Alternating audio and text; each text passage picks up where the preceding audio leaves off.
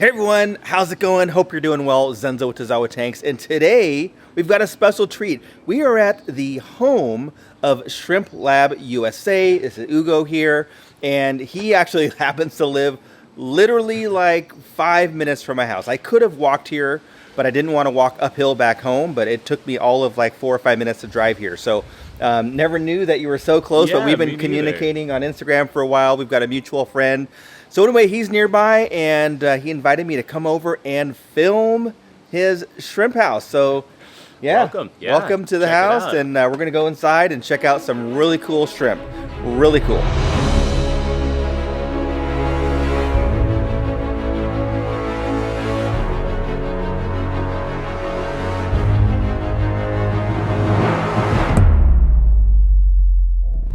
Hey guys, welcome. So yeah, we're here on Haight Street in San Francisco, where you normally don't have that big of an apartment, but we lucked out with this loft over here. Yeah. Welcome, man. Come on in. Super cool.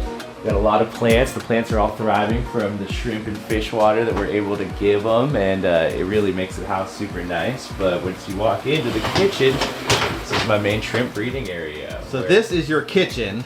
This is my kitchen, so when I'm There's the kitchen part.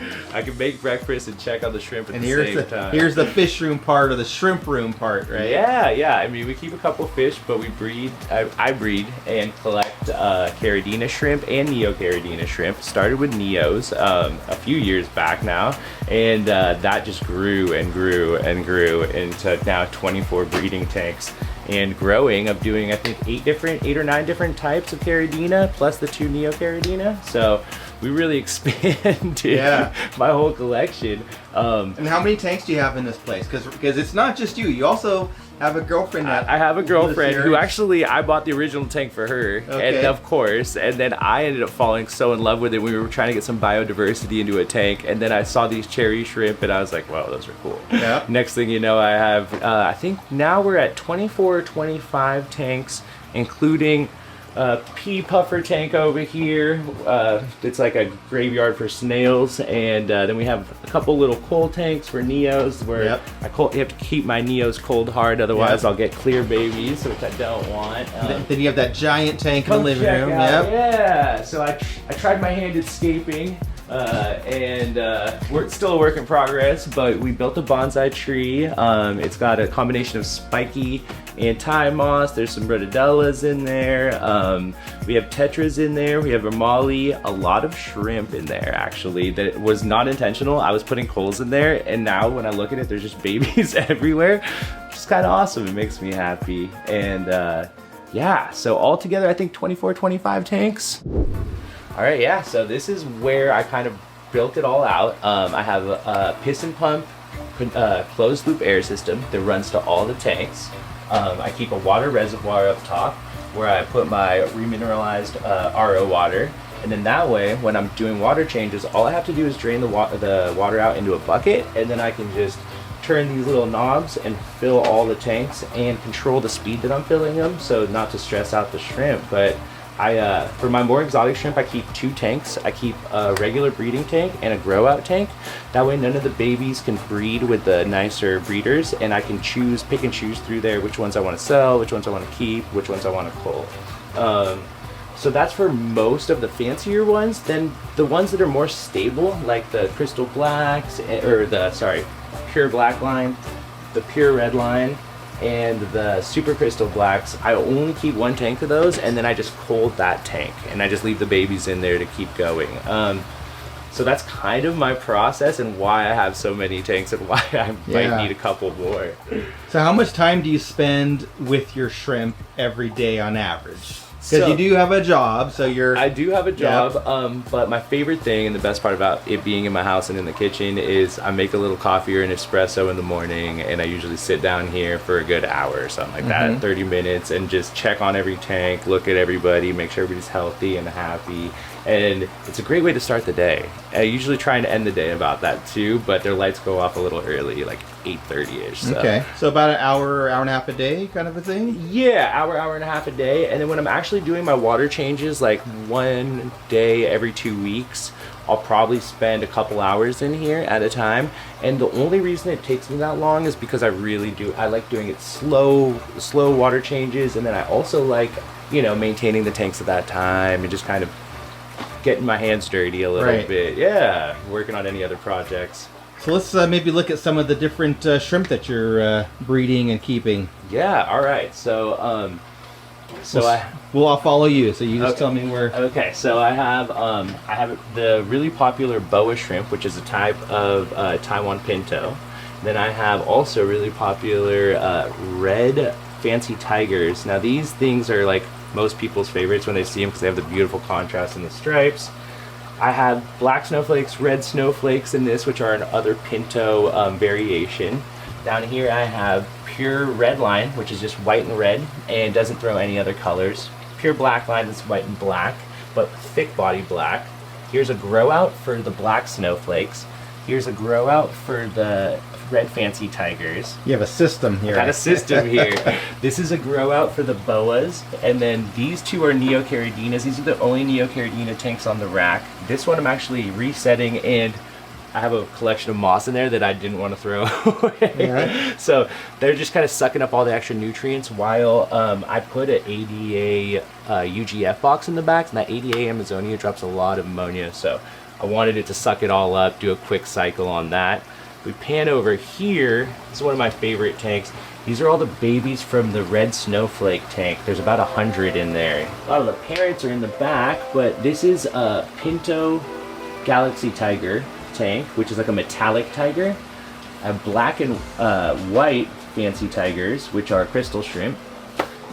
This guy's my worker, and like goldfish. Yeah, my girlfriend's favorite goldie in here. There's some neos, but this guy really I use for tank maintenance. New cycles that have new fleece cycled tanks that have too much algae in them because we produce a lot of algae. We want a little bit, but too much will catch the shrimp up. Last two breeding tanks are these are Galaxy Tigers, but red Galaxy Tigers. They're quite beautiful. And then this thing is thriving. These are pure black line. These are one of the original crystal shrimp. And so I had to have those. Awesome. Awesome. Breeder boxes with males. This is actually a really small group of ocean blues, which is a rare like a rare shrimp right now, but there's only 4, so I'm waiting for another tank to set them up in. And then we have peach bolts in here, red steels in here that are a byproduct of these guys, and I don't want them breeding in with them, but they're beautiful, so I kept them in a breeding box. So I run about 98% air filtration through it, so they're all sponge filters, and then I also use what we call an undergravel filter box. So instead of undergravel filtering the whole tank, I'll build a glass partition, and then I'll put an undergravel filter in the back. And so what I'm doing right now with that is I'm trying to lower the pH as low as possible. And I have this buffering soil, but the more water I pull through the buffering soil, the lower the pH is going to get. As well as it's going to be creating a biofiltration system, and there's a lot of room in there and porosity for beneficial bacteria to live. So that combination is why I mostly go UGF, and I've really fallen in love with that. I have done a few of the Taiwan breeder style thin soil, which is just like a half cup of soil to see, and I've also done thick soil.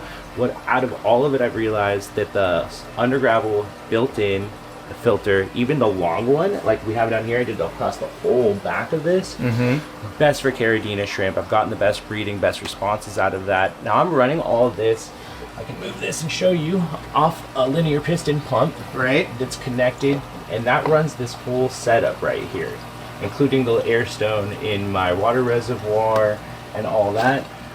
And like I explained the water reservoir earlier, that just really helps with water changes, so I can do it a lot quicker. I can just open up valves. I have that ran all the way to everything that's a caridina tank has that. And then I don't use any heating. Right. I just run central heating, central air, and I just kind of keep my house between 66 and 71 degrees, and that's year round. I get breeding year round. Last thing is I run my lights for about 12 hours a day, but I do water changes every 2 weeks to keep my my nitrates and everything else down. So I don't really deal with much bad stuff growing in there, algae and whatnots. But for me, that stuff is less important because most of my tanks are breeding tanks, not showing tanks also. So, you know, but this has been worked well for me. That's great. Awesome.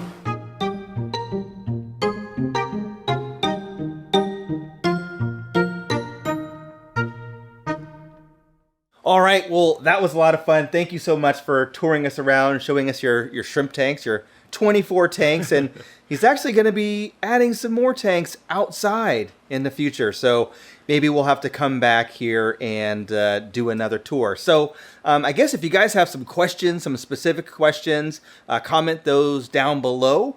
Because I do live so close, it'll be very easy for me to pop over here and we can film like a more in-depth video, maybe on caridina care, something like that. And you guys know that I've struggled with shrimp in the past, but I have had some thriving neos, so maybe it's time for me to... Hey, you got help now. I've got some expert help here, so I can dip my toe into to doing a little bit of caridina stuff. So anyway, what else? Where can people find you if they want to learn more about what you do or see your content or buy stuff? So I'm on Instagram and YouTube at Shrimp Lab USA. All right, I'll link that below. Yeah, and then I also sell on other people's bands, their shrimp groups, and I usually sell on there. Or feel free to DM me if you're looking for anything specific or particular. And you do ship? I ship throughout the whole U.S. All right. Yeah, if you guys just have any questions about it too, don't hesitate. Awesome. So yeah, let me know down below in the comments if you have any specific questions. He'll probably watch the video and maybe answer some, and then maybe we'll do a follow-up video. And with that, check out this video over here. That's more about shrimp. We'll catch you on the next one. Thanks, guys. Bye.